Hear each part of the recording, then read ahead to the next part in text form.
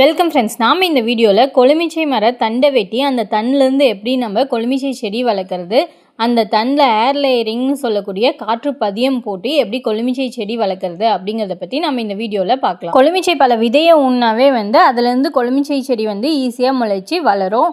அப்படி இருக்கும்போது நாம் ஏன் கொழுமிச்சை செடியோட தண்டில் பதியம் போட்டு தண்டை வெட்டி அதிலேருந்து கொழுமிச்சை செடி வளர்க்குறோம்னா, விதைகள் மூலமாக வளரக்கூடிய கொழுமிச்சை செடி காய்க்க 5 to 8 வருஷம் ஆகும். இதுவே கொழுமிச்சை தண்டுலேருந்து பதியம் போட்டு அப்படி இல்லைன்னா தண்டை வெட்டி வச்சு அதிலேருந்து கொழுமிச்சை செடி வளர்த்தோம்னா அந்த கொழுமிச்சை மரம் 2 to 3 வருஷத்துலேயே காய்கள் காய்க்க ஆரம்பிச்சிடும். இதனால தான் தண்டு வெட்டல்கள் மூலமாகவும் தண்டில் பதியம் போட்டும் கொழுமிச்சை செடி வளர்க்குறது. ஃபஸ்ட்டு தண்டு வெட்டல் மூலம் கொழுமிச்சை செடியை எப்படி வளர்க்குறது அப்படிங்கிறத பற்றி பார்க்கலாம்.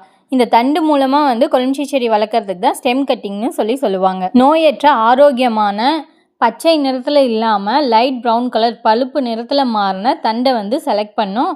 அது பூ பூக்காத தண்டாக இருக்கணும். அந்த தண்டில் 10 to 15 சென்டிமீட்டர் அளவு அந்த தண்டை கட் பண்ணி எடுத்துட்டு அந்த தண்டோட அடிப்பகுதியில் 1 to 2 சென்டிமீட்டர் அளவுக்கு சாய்வாக செதுக்கி விடணும். செதுக்கி விட்டுட்டு மேல் பகுதியில் 2 இலைகள் மட்டும் விட்டுட்டு மற்ற இலைகளையும் மொட்டுக்களையும் நீக்கிடணும். செதுக்குனா தண்டோட அடிப்பகுதியை ரூட்டிங் ஹார்மோனான இண்டோல் பியூட்ரிக் ஆசிட் அப்படி இல்லைன்னா கற்றாழை சாறில் நினைச்சு மண் அல்லது மணல் தொழு உரம் கலந்து அந்த கலவையை பாலித்தீன் பேக்கில் அப்படி இல்லைன்னா மண் தொட்டியில் ஃபில் பண்ணிவிட்டு இந்த தண்டை அந்த பாலித்தீன் பேக்கில் அப்படி இல்லைன்னா மண் தொட்டியில் நடணும். நம்ம தண்டை நட்டதுலேருந்து 15 to 30 நாளுக்குள்ளே வேர்கள் வர ஆரம்பிச்சிரும். 4 to 8 வாரத்துக்குள்ளே புதிய இலைகள் வர ஆரம்பிச்சிரும். 10 to 15 சென்டிமீட்டர் ஹைட்டுக்கு செடி வளர்ந்ததுக்கப்புறம் அந்த செடியை தோட்டத்தில் நடலாம். தோட்டத்தில் எந்த மாதம் செடியை நடுவாங்கன்னா February Aprilல அப்படி இல்லைன்னா June July மாதத்தில். தண்டில் எப்படி காற்றுப்பதியம் போடணும்னா நல்ல ஆரோக்கியமான பென்சில் சைஸில் இருக்கக்கூடிய தண்டை செலக்ட் பண்ணணும். அந்த தண்டு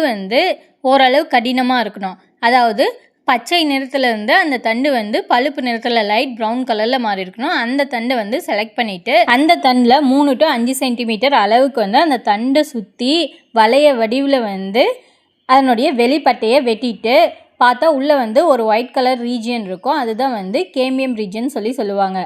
அந்த வெள்ளை கலர் ரீஜியனில் கற்றாழை சாறு அப்படி இல்லைன்னா ரூட்டிங் ஹார்மோனான இண்டோல் பியூட்ரிக் ஆசிடை தடவி விட்டுட்டு அதை சுற்றி ஸ்பாக்பம் மாசுன்னு சொல்லக்கூடிய நீர்ப்பாசி அப்படி இல்லைன்னா மண்ணோட தேங்காய் நார் கலந்து அந்த கலவையை பட்டையை நீக்கின தண்டில் இருக்கக்கூடிய வெள்ளை பகுதியை சுற்றி இந்த கலவையை வச்சு அதுக்கு மேலே பிளாஸ்டிக் ஷீட் சுற்றி 2 முனையையும் கயிறு போட்டு கட்டணும். இதை தான் ஏர் லேயரிங் காற்றுப்பதியம்னு சொல்லுவாங்க.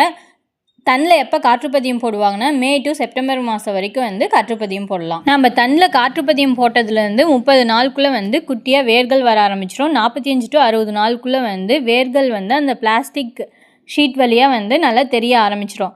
அதுக்கப்புறம் நம்ம பதியம் போட்ட இடத்துலேருந்து கொஞ்சம் கீழே தள்ளி அந்த தண்டை கட் பண்ணி அதை பாலித்தீன் பேக்லேயோ அப்படி இல்லைன்னா மண் தொட்டிலையோ நட்டு வைக்கணும். நம்ம தண்டை நட்டதுலேருந்து 15 நாளுக்குள்ளே புதிய இலைகள் வர ஆரம்பிச்சிடும். 2 to 3 மாதம் கழித்து இந்த செடியை தோட்டத்தில் நடலாம். நன்றி.